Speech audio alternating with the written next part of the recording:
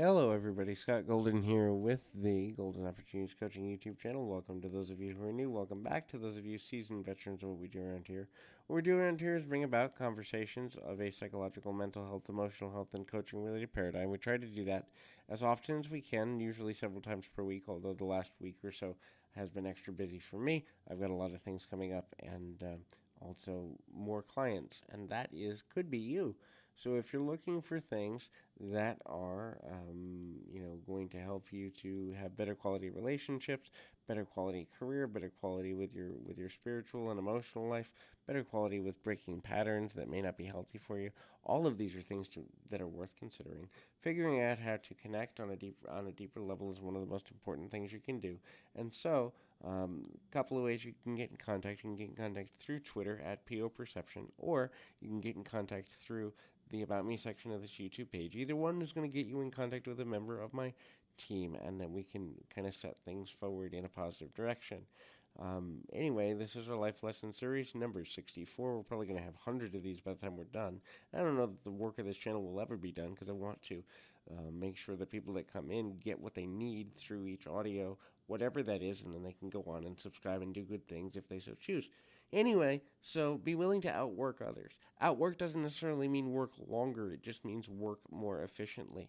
So, being able to understand that how you work and the manner in which you work is just as important as what you do. So, looking for ways to chunk the things you do, becoming obsessed with progress and not success is one of the most important things that is there.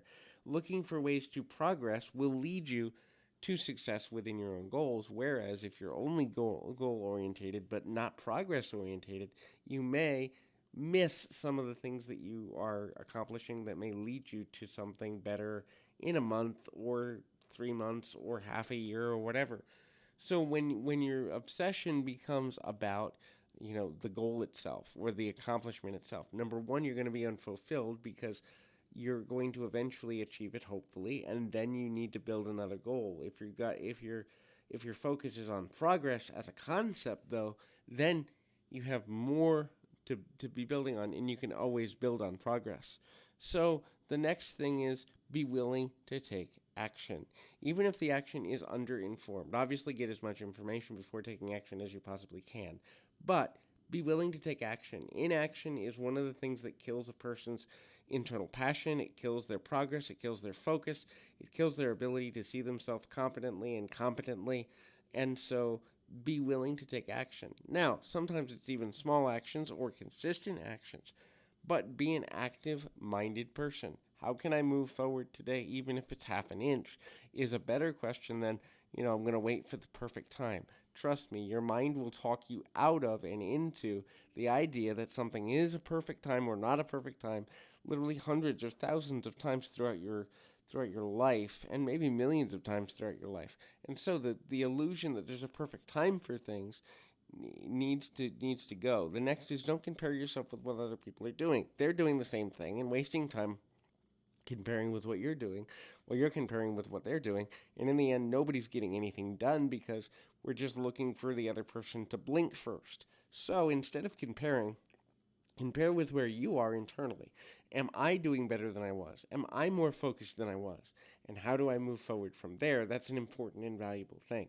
The next thing is time for reflection. So even if it's through writing or through prayer or meditation or music or any other way, take time, preferably daily, at least for a few minutes, but if not daily, certainly every few days, and bare minimum every week to reflect on the things you've learned, the ways you've grown, the mistakes you might have made or missteps you might have made, and realize and recognize that your life is a journey. It's a continual growth journey.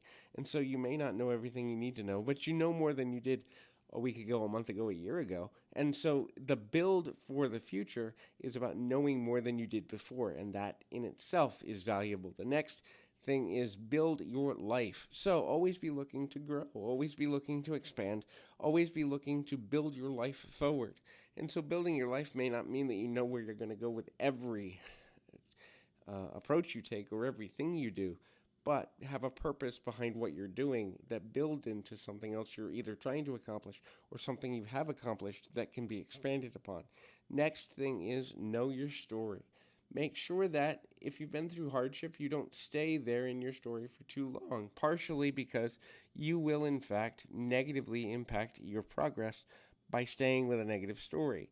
Knowing your worth, knowing your value, and then being easy on yourself when parts of your story aren't as pleasant or as uh, positive as you'd like them to be. Every negative situation can be turned into a positive.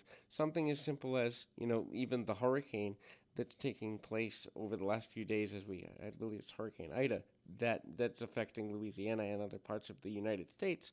There are people who have lost their house, but they didn't lose their lives. There are people that didn't lose anything. All of these people are potentially suffering in some way, but the focus they put on the story, they tell themselves, at least I'm still here, at least I can rebuild, at least change is possible. All of these are much better than to say I've lost everything and there's no recovery. So, the perspective and perseverance with which we tell ourselves positive or at least neutral, leaning positive stories will directly impact how well we move forward from there. The next thing is kind of just looking at being easy on yourself.